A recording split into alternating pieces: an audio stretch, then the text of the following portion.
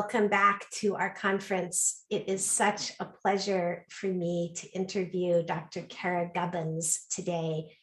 She is a scientist, intuitive, and global thought leader for a new way for people and animals to live together in harmony. She is the best-selling and award-winning author of 5 books about the natural history of animals, animal wisdom, and personal growth. For nearly a decade, she has been a successful animal communicator, connecting people more deeply to the animals they love the most. She's also the creator of How to Talk to Your Pet, the proven 4-step system that teaches anyone and everyone how to communicate intuitively with their pets or with any animal. Each month in the Animal Wisdom Circle, she guides members to receive spiritual guidance from all kinds of animals, helping everyone become the best versions of themselves that they can be. Twice a year, she hosts online summits, bringing together experts from around the world to share their wisdom on animal communication and healing, conservation, and spiritual growth and evolution. Cara's mission is to inspire our global community to live the lives they're here to live by connecting with animals, nature, and spirit, saying yes to themselves and their dreams, and remembering that there is always time to play. You can learn more about her work at caragubbins.com. I am so happy to be in conversation with you again. And if anyone is hearing the little snoring sound in the background, my beloved dog is right next to me, and I love having her here. There's nothing I can do. So if there's a little snore, that is Stella Maris, the French water dog. Welcome. That's Cara. usually my line, because my dog Dazzle is usually under my desk snoring. What would we do without them? Stella just turned 12 this week, and it's a little bit of a crisis for me because I would like to have her by my side forever. No kidding, of course. So I love your bio. It really tells a lot about what you do. And you have so much expertise in working with animals, from your original career, I think, as a field scientist in ecology, to now many years of working directly with animals. I see your beautiful books behind you, and I really recommend those to our listeners. So maybe where I'll begin today, and you're welcome to bring forth any topics you want to, but maybe where I'll begin is, as we step into this new year, and what many people are saying is the beginning of a new Earth era, when we really do have the possibility to restore life on this planet, which absolutely includes restoring the human-animal relationship. Where do you think that we can be creatively and lovingly focusing right now? Oh, it's such a great question. So here's what really comes to my mind as you're talking is 2022, just a tiny bit of numerology, is you just add those numbers and they add up to a 6. And in numerology, 6 represents compassionate leadership. And I think if each one of us embraces our individual compassionate leadership, how am I going to talk to the checkout clerk at the grocery store? How am I going to drive through my town? How am I going to connect with my family, my loved ones, my colleagues? What if I did that from a place of compassionate leadership? And compassionate leadership is really about recognizing your own power and the love that is behind everything. I believe we're divine beings having a human experience, that our DNA is made of love. Our spiritual DNA is little blocks of love all connected together. So when we tap into that and we recognize that we are the leaders in our own lives, and we can be compassionate leaders in any situation, I think that's what our planet needs right now, is each one of us to step up and say, hey, yes, I will be a compassionate leader. I don't have to be a politician. I don't have to be the principal of the school. I can really do my piece in my world.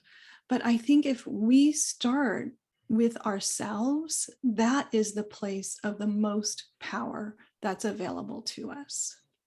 Yeah, no, I think that's really beautiful. And this idea of anybody embracing their compassionate leadership in whatever their sphere is. It might be your household. It might be that you're going to very gently and politely advocate with your neighbors to maybe agree not to use lawn chemicals. It might be in your workplace or your children's school or whatever. As you said, it doesn't have to be on a huge public level, but there really is room for all of us to take that initiative and responsibility as divine beings, as you said, and not look to someone else who maybe is going to bring the solution. I mean, there's a question we can ask ourselves, and depending on how we ask it, the answer is totally different. And the question is the same, is what can I do? So not like, what can I do? Like, oh, little me, but what can I do? What is possible for me to do? And when we ask it that way, we see so many options available. What can I do? Well, I sprained my ankle, so I can't run, but what can I do? I can ride a bike. I can do yoga, not standing yet, but and I just went through a sprained ankle recently.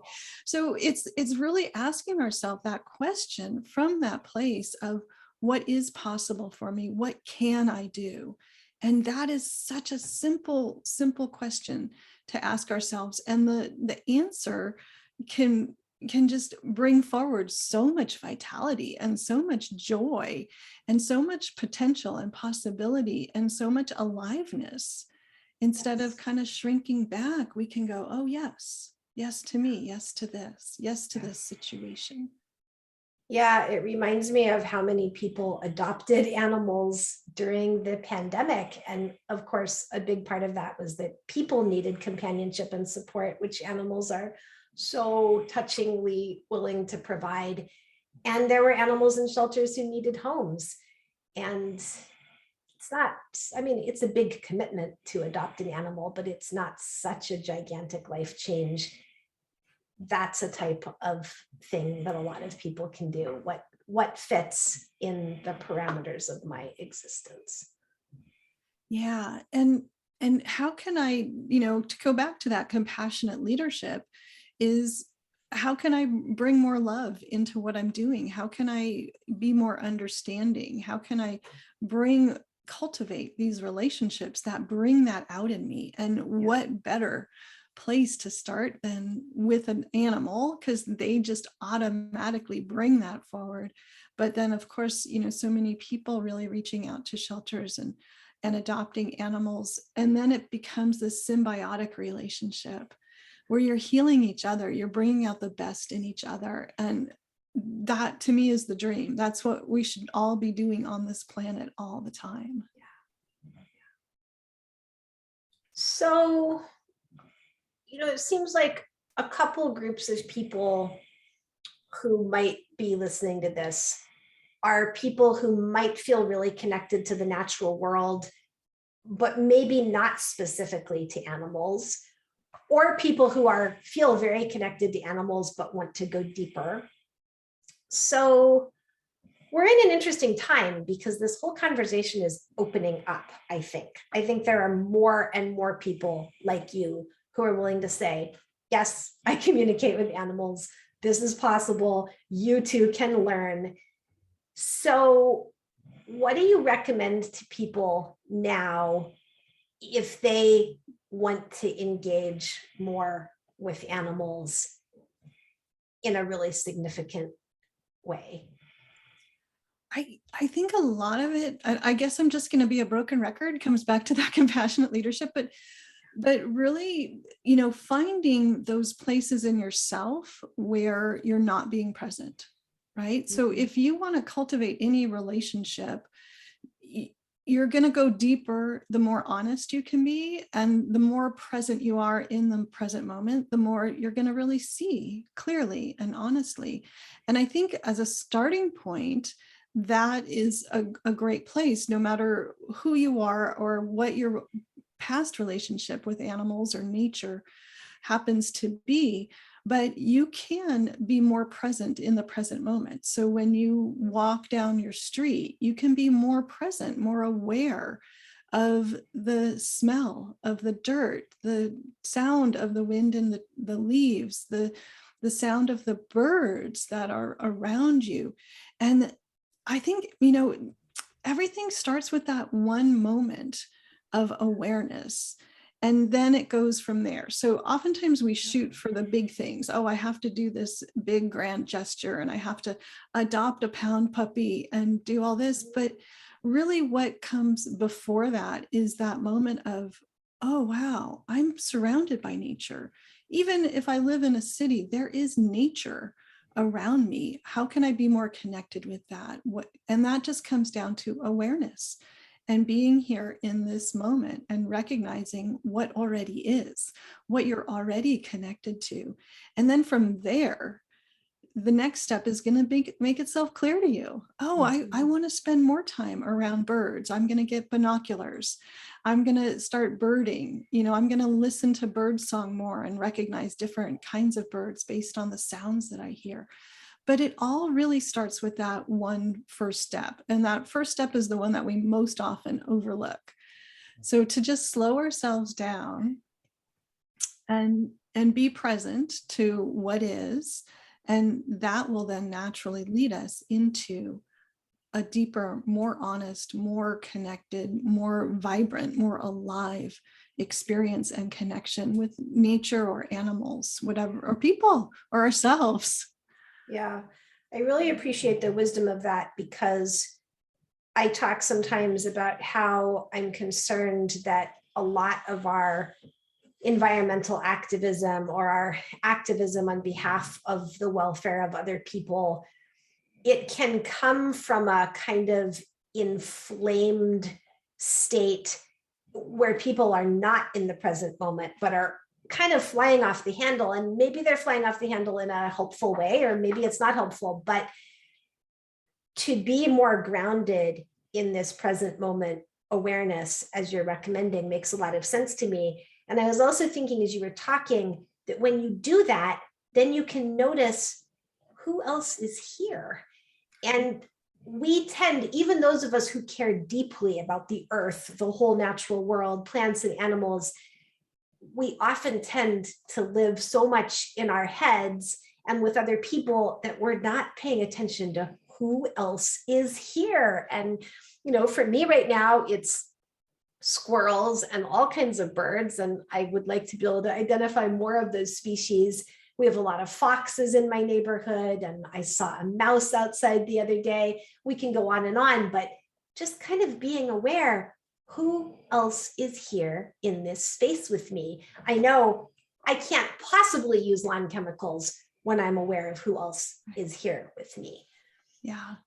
It really reminds me of that Sesame Street song, Who Are the People in My Neighborhood? Yeah. And I walk my dogs every morning. They're off leash in this open space park. And I'm in Northern California where we have acorn woodpeckers. And so I'll often hear them pounding on the trees. And acorn woodpeckers really represent community. They have these communal granary trees where they carve out little holes and they put acorns in there, and the acorns kind of decompose and then they attract insects, and the acorn and the woodpeckers eat the insects that are attracted to these rotting acorns. And the whole community of acorn woodpeckers uses all of the granary trees in the neighborhood. It's not territorial. Right. And so the message of the acorn woodpecker is really be part of something bigger than yourself, which is exactly what you're describing. So sometimes I'll be walking the dogs and I'll hear the dogs barking. There'll be a squirrel running up a tree. I'll hear the woodpeckers and I'll hear that Sesame Street song in my head. Who are the people in your neighborhood? And for me, people is everybody. People are the trees. I have a redwood tree I walk by every day that I love. I have sycamore trees. There's a walnut grove in there, so I have walnut trees. Those are the people in my neighborhood, the people that I meet each day, right? So this is my community. This is my world that I live in, and I get this daily reminder that I am connected, that I am part of something bigger than just my little insular world, right? Like my issue every day is like, what am I going to cook for dinner? Like, do I have the ingredients? That's my big stressor.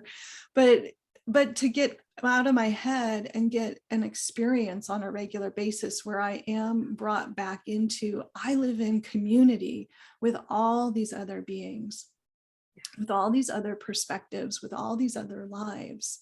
And as this, event is really highlighting, I'm part of something bigger. And I am a piece of the puzzle. So my piece may not be being the mayor of my town, but it may be, my YouTube videos that I give people a little inspiration, a little connection to nature and animals through those videos. They get that without going into my park where I go every day. But that's okay. I don't have to work on a specific scale in order to be effective. I can do my thing because my piece is an important piece of the puzzle, like every single piece of the puzzle is. And that's what I really hope people can understand is you matter. You are part of it. And there's no shoulds. There's nothing that you're supposed to do, that you have to do, that you have to prove. But by you being you and being more of you, by slowing down, being grounded, being centered, getting your inspiration, feeling that connection that already exists, you're automatically going to take whatever that next step is to preserve what you love, to preserve what you're part of. Just like you not using toxic fertilizers in your neighborhood because it's going to affect the squirrels and the foxes and the birds and the kids playing in the neighborhood, all of that, we're already part of it. We just need to acknowledge that and move from there. I think that's so important that I almost want to repeat it. As you said, we're already part of it. We just need to acknowledge that we're already in relationship, and it's a really sacred relationship. And it's not only sacred, but it's our life support system. So, it's even more sacred in that sense because it's giving so much to us. And we get to be in the role of wise receivers and participants, or kind of disdainful, checked out participants and recipients. But the connections, the relationships are there, and we can do so much more to consciously recognize them and tend them. Yeah. What are you hearing from animals lately? It's that this is such an interesting moment for humans. As you may know, I originally trained as a historian, so I do tend to kind of take the longer view and, of course, the present moment view. And this is just such an interesting time for humanity, with the crises, the health crises, the political crises, the environmental crises that have been very in our faces in the last couple of years.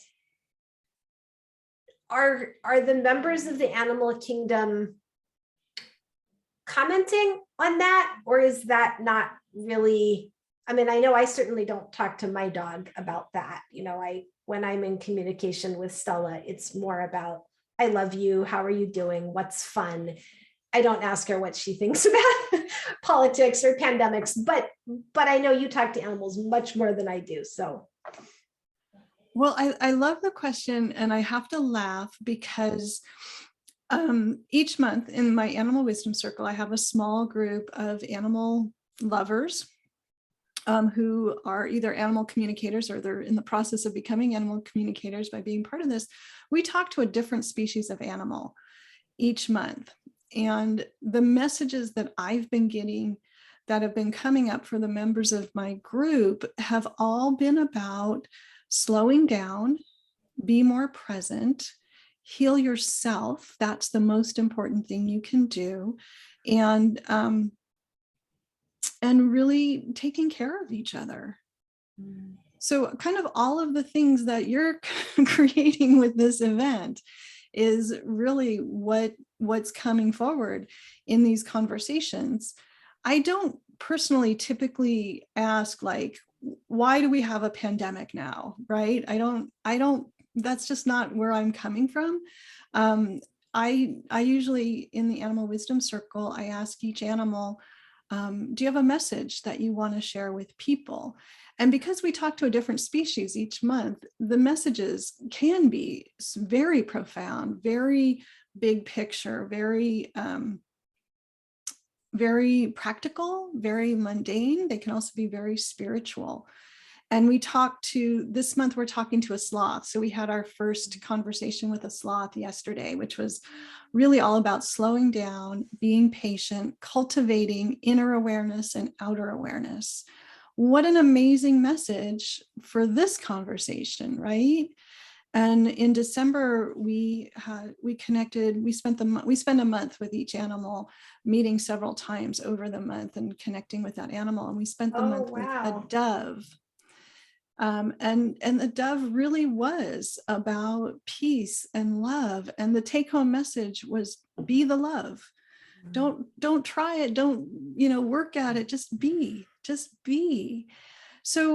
So many of these messages from, and I'm thinking of like we talked to an iguana last year, and it was really about grounding yourself and being present in your space. All of these messages are profound and helpful and practical and spiritual and inspiring. But the thing that keeps coming up in these conversations from animals of every different kind of species, right? Like every group of animals, fish and birds and lizards and mammals and all of that, it's really about being you. And it's about removing those barriers that we've all built up, the armoring that we've all built up to try to survive in the world based on the misunderstandings that we had to be something other than who we are, right? Like, I think almost everybody got that message at some point in their childhood. There's something wrong with me. I can't be myself for whatever reason. And so I have to put on this persona, this armoring, this protective layer so that I can look like how I'm supposed to look, and so I don't get hurt in the world. And what the animals are consistently saying is, let's heal this one piece of that. Let's heal your misunderstanding about your relationship with your parent or your offspring or whoever. Let's heal this misunderstanding that there was something you should have done differently when you were 7 years old, that there was something wrong with you. And so what we do in the Animal Wisdom Circle is we unpack this in a very applied, practical kind of way. We go and we get these messages from these animals, and then we apply them to our lives. So with the sloth yesterday, slowing down, being patient. I am a card carrying member of the let's get it done yesterday group, right? Like, I got big plans and big dreams, and I want it all done now. And so I'm going to be looking this month at, where does that come from? Where does that impulse inside me? Is it a need to prove myself? Is it a need to earn love, to earn respect, to earn value, to earn worth? And if so, what really started that? What misunderstanding earlier in my life created this unconscious belief that I'm not enough, that I have to earn, that I have to prove?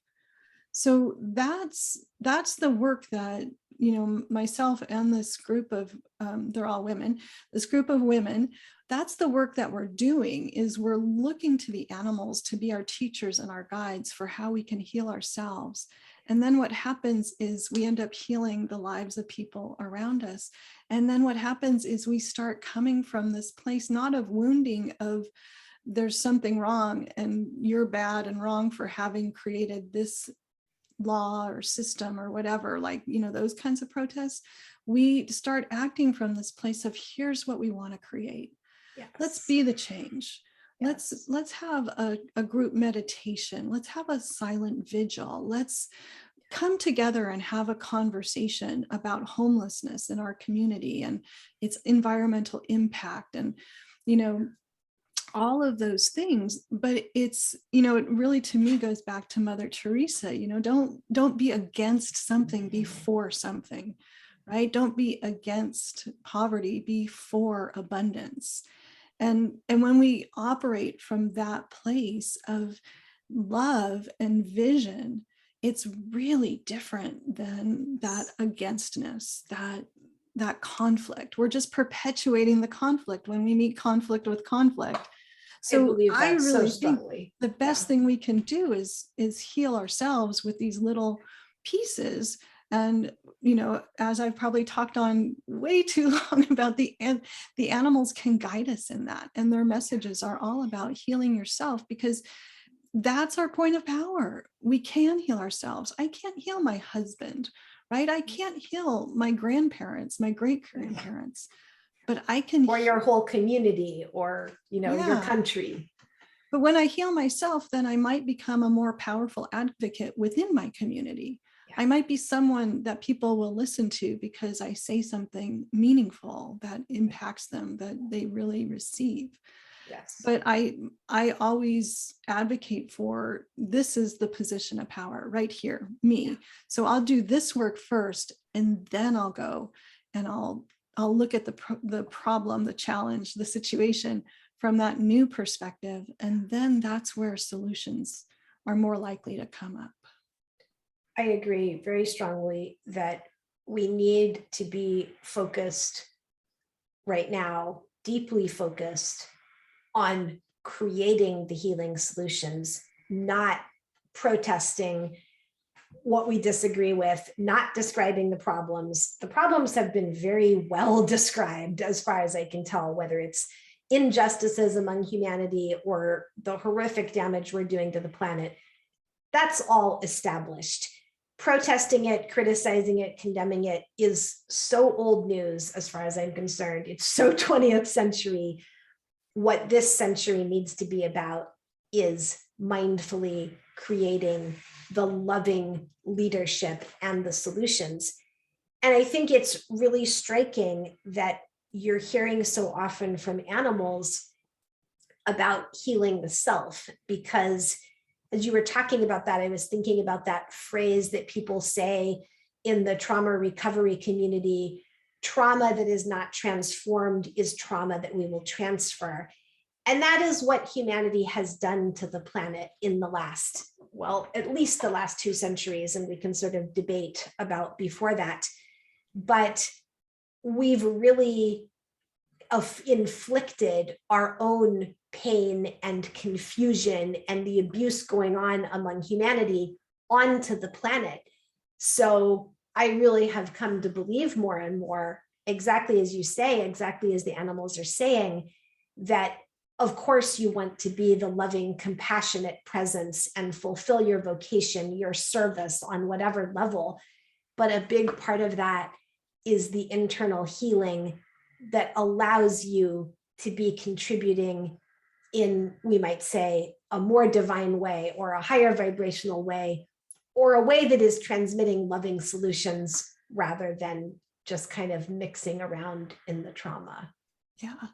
Yeah, I think this is a legacy of the colonial past of our species, right? The bullying, the overpowering, the might makes right disease that has spread around the planet, and it happened everywhere, on every continent, every culture, as far as we can tell, has had that. And in biology, we talk about the hawk and the dove. And when you put the hawk and the dove together, there's a classic ecology kind of exercise. The hawk always wins, and the hawk is the bully and the dove is the peacemaker. And the hawk wins because they cheat, they lie, they bully, they overpower, right? They set the rules and then they don't follow the rules. And when you look at the history of humanity, and our geopolitical history in particular, that's what's happened, is the communities, the cultures that were peaceful, they got overpowered by the hawk of the colonialists, right? So I think it's really important to give voice to that, and to say, in a sense of a protest being, stop, I'm naming this, I'm claiming this, I'm saying this is not okay. This is, the old way. It's what's been happening. And I am saying no. And here's, like you're saying, here's these loving, compassionate solutions. And again, we're back to 2022, the 6th year, the year of the compassionate leader, which maybe this is it. Maybe this is the new age, that we really start living in a place of turning that power structure upside down. Instead of a top-down power structure, it's a bottom-up structure. And the power goes to the base, to the majority, to the individual. And I think that is, I think that's the Margaret Mead quote, right? Like, no change has ever happened except for a few passionate people, or whatever that is. You wouldn't, that one, right? Like, I know you know it. Yeah. So that's, I think, where we're going. And I think that's where we have to go.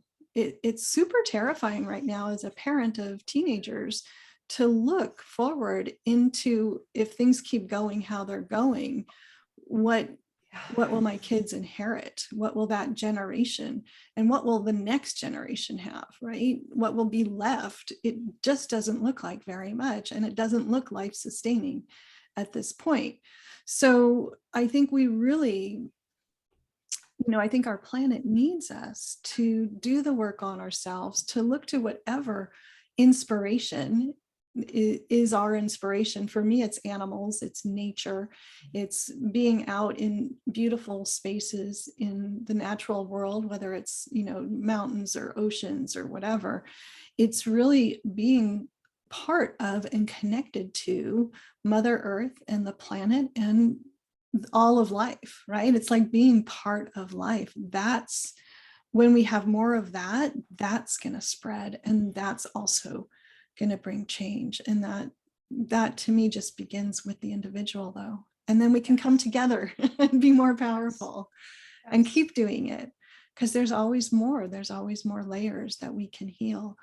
And I think that whatever, inspires people, whether it's the beauty of a leaf or a tree or a place in nature or a particular animal or a connection with anybody or a spiritual leader, that's what we need to keep coming back to on a regular basis, so we get reinfused with that dose of inspiration, so that we can be acting from our power, from our love, and not from our wounds.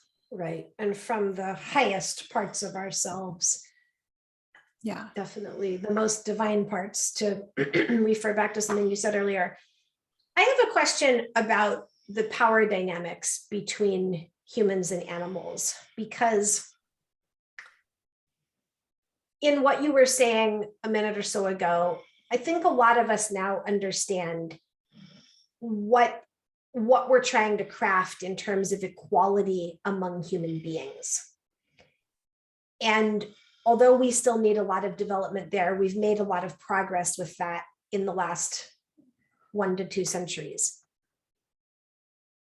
How do you view what it would look like for us to not be dominating animals?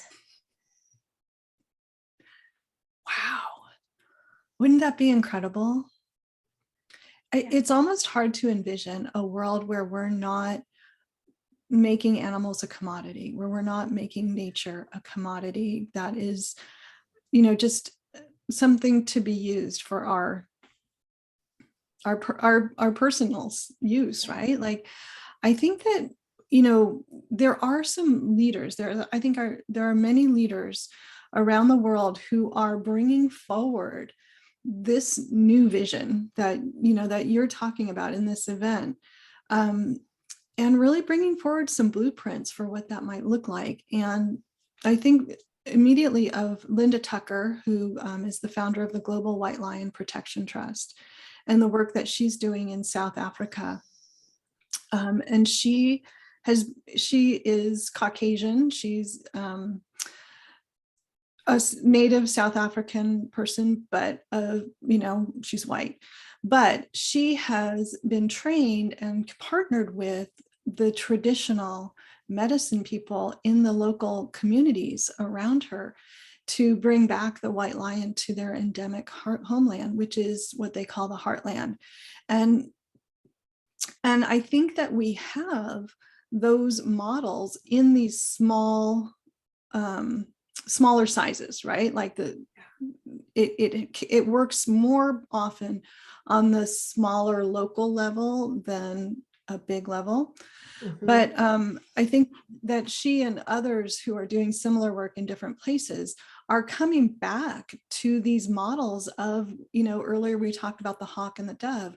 Well, there are these cultures where they were deeply connected to animals, to nature, to a spiritual paradigm that incorporated a natural place for humans that was not at the top, that was not domineering, that was not dominating.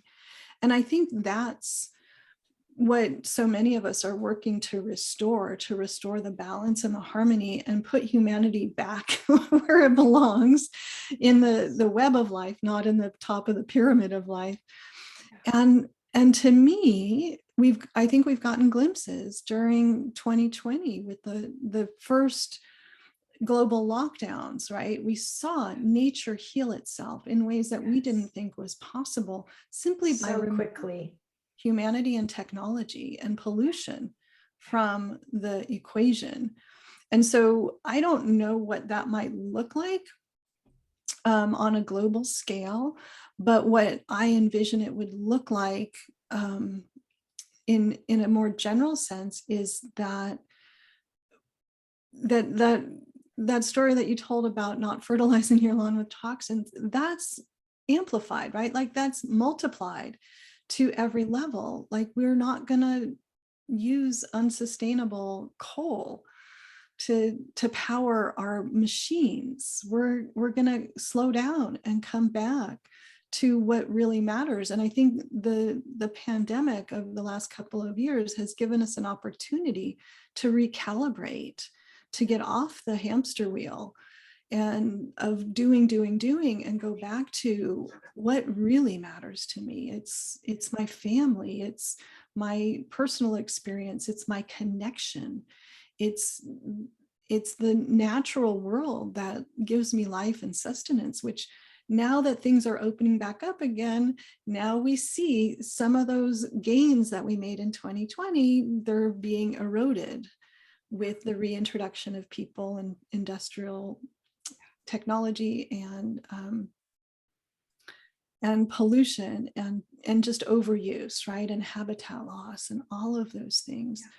So I think, my kind of vision of a utopia where we've returned to that natural place where we're not reliant on technology, where we're not praying to the gods of technology, where we're actually praying to the gods of nature, the forces of nature that give us life, that sustain us, that partner with us. I don't know what it would look like in terms of like a social structure and a governmental system, but I think I know what it would feel like. And I think it would feel really, really good, really peaceful, really supported, really loving, really connected, very alive and vibrant. Yes. And holy. I think it would return us to that sense of the divine in our daily lives, where we're feeling it, we're experiencing it, which really brings us back to where we started with, find that every day, right? Like find that moment and then string those moments together. And then maybe that's how we return to how we're designed to be, not how we've become.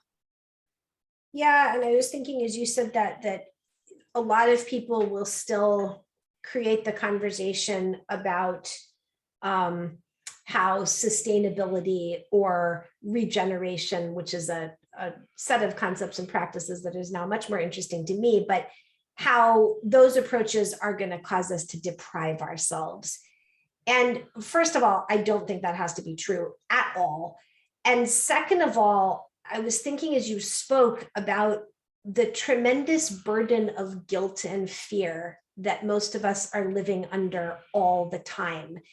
And there are other, I mean, anxiety, for example, this eco anxiety, climate anxiety that's being talked about so much. And so, we're experiencing these burdens all the time. And of course, the health problems from air pollution. And I mean, we don't even want to get started in talking about, even more serious problems coming from environmental toxicity. But I think we have to recognize, in this life we're living, where we feel like we have so many technological advantages, we're suffering tremendously. Our minds are suffering, our emotions are suffering, our bodies are suffering, our spirits are suffering, and we're severely endangering the whole life system. So when you talked about the peace and sustenance, the sense of community, the support that could exist when humans stop trying to be so dominant and to always be putting our own convenience first, I also was thinking about, yes, all these kinds of emotional and physical suffering that would fall away, because we wouldn't have to feel guilty anymore, and we wouldn't have to be afraid about whether our planet is going to be okay. Yeah.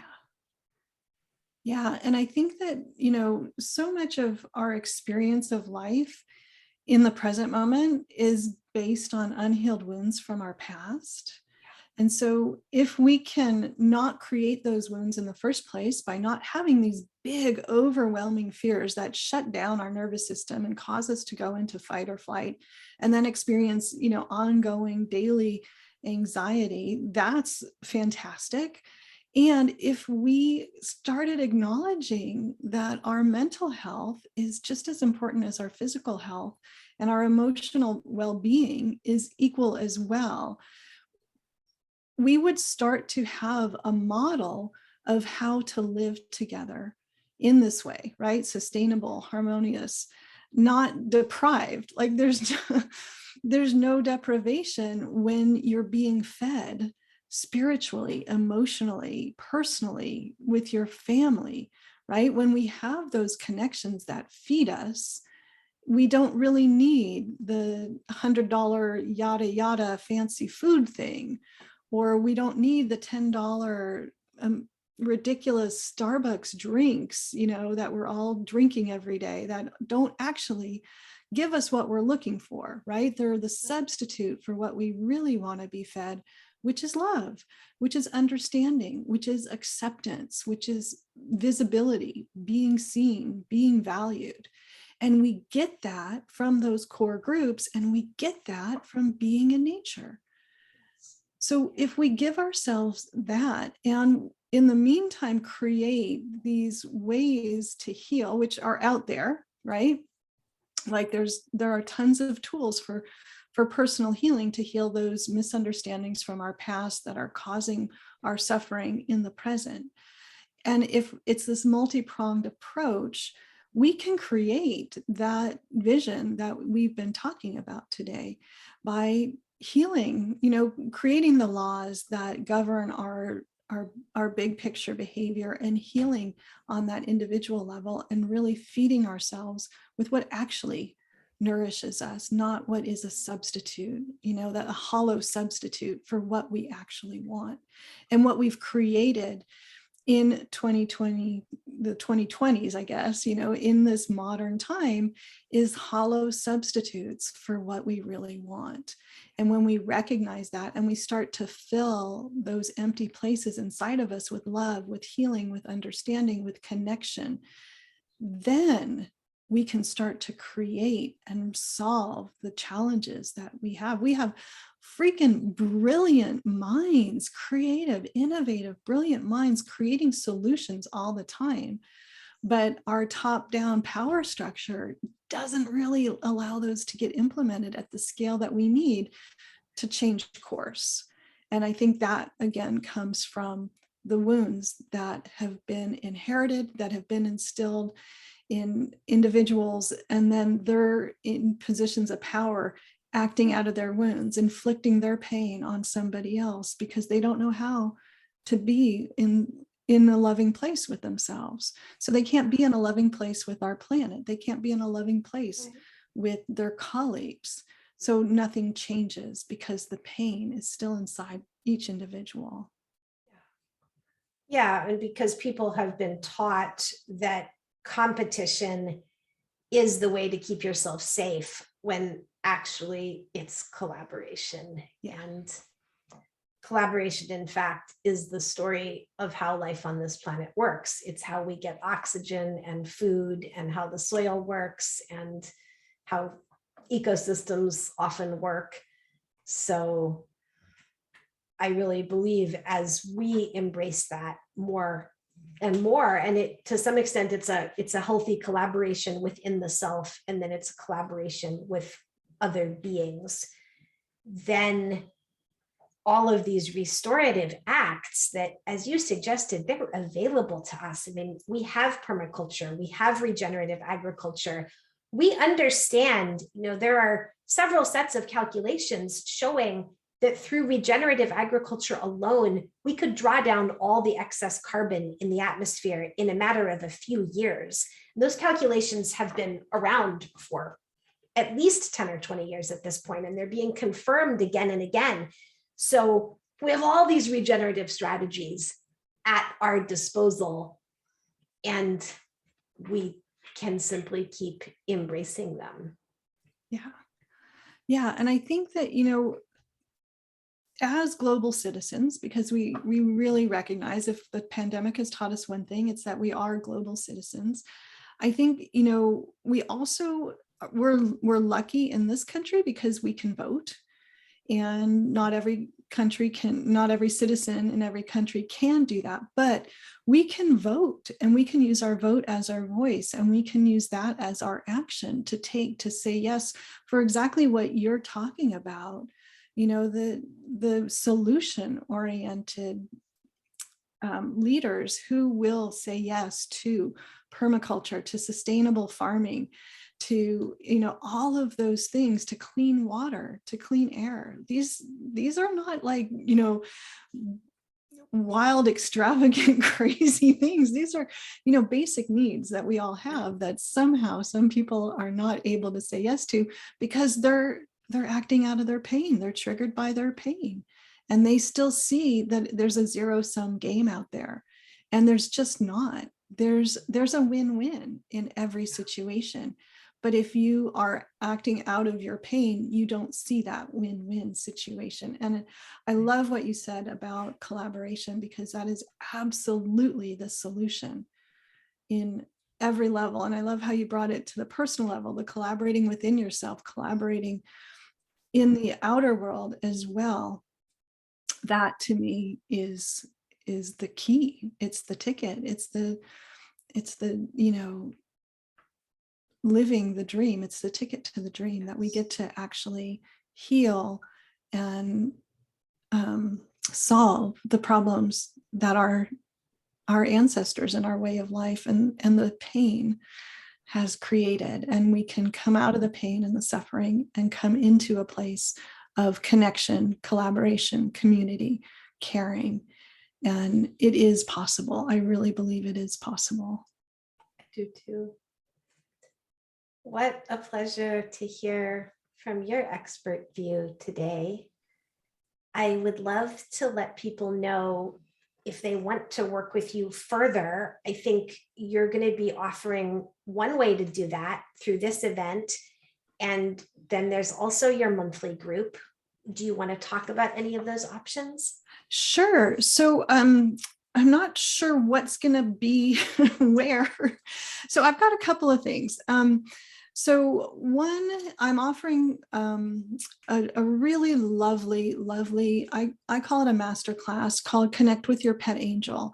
And this is a simple step that everybody can take to heal one piece of their suffering. If they are missing a pet that has passed on, people carry so much guilt, pain, shame, anger, frustration, loneliness with a passing of a pet that may not have to be there. So I've created a class that will, within a couple of hours, teach you how to consciously, intuitively connect with a pet who has passed and have a conversation. So I walk you through a guided conversation with that pet, and the healing that is available from this one simple action is profound. And so that's available. Also, I really think that we have so many ways to connect with nature and to receive guidance from nature that we're not aware of. So I've created a quiz that's free on my website, caragubbins.com. Anybody can come by and take it. And it will help you identify your natural way of connecting with and receiving messages, specifically from animals. But if you're not an animal person, it will work just as well for nature. It's really about self-awareness and understanding how you're wired and what your easiest way of connecting is and what your easiest way of receiving is. So you can take that quick quiz, and then I offer you a free 19-page guidebook to walk you through the ins and outs of your strengths, your challenges, and how to become even better at this natural gift that you already have. And that's a great introduction to me and my community and my programs, both of them. And then from there, I offer, of course, how to talk to your pet, because I want everybody communicating intuitively with their pets. And I have the Animal Wisdom Circle, which is a monthly membership group, and we meet each month. And as I've talked about, we get guidance and wisdom from an animal, and we apply it to our lives. And then we use the principles of spiritual psychology, which I have a master's degree in, to start to heal. So when we talked about tools and structures for healing those old wounds, we're all walking around with those old wounds, and there's some really lovely tools within the spiritual psychology field that we use to help us heal those, so that we don't have to carry that pain around with us, and we can live more from our whole, healthy, healed place of joy and love, and miracles freaking happen. Oh my God. Relationships get healed. It's just a phenomenal day in, day out kind of healing place for a lot of people, for animal lovers. So those are kind of my big things that I have going on.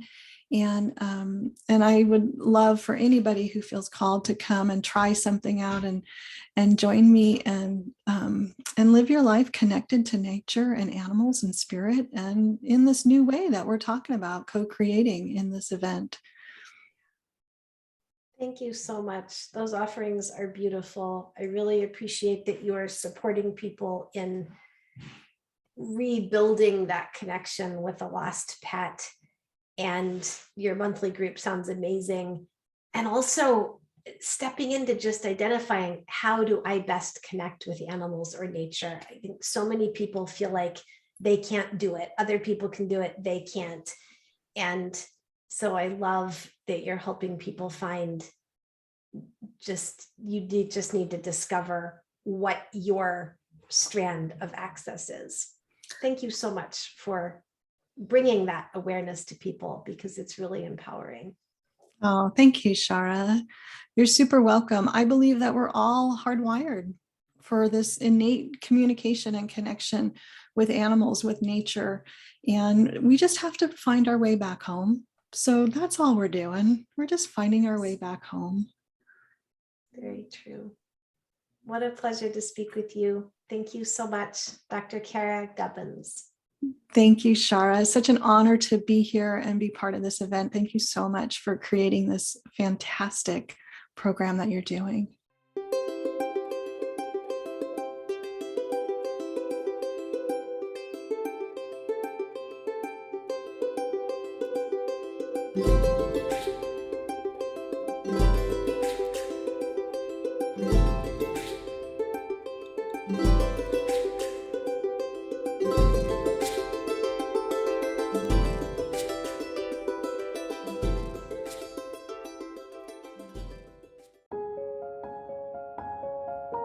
This has been a presentation of New Earth One Network, your home for New Earth living. Access information, education, and videos on living from the heart in unity consciousness. Visit newearth1.com.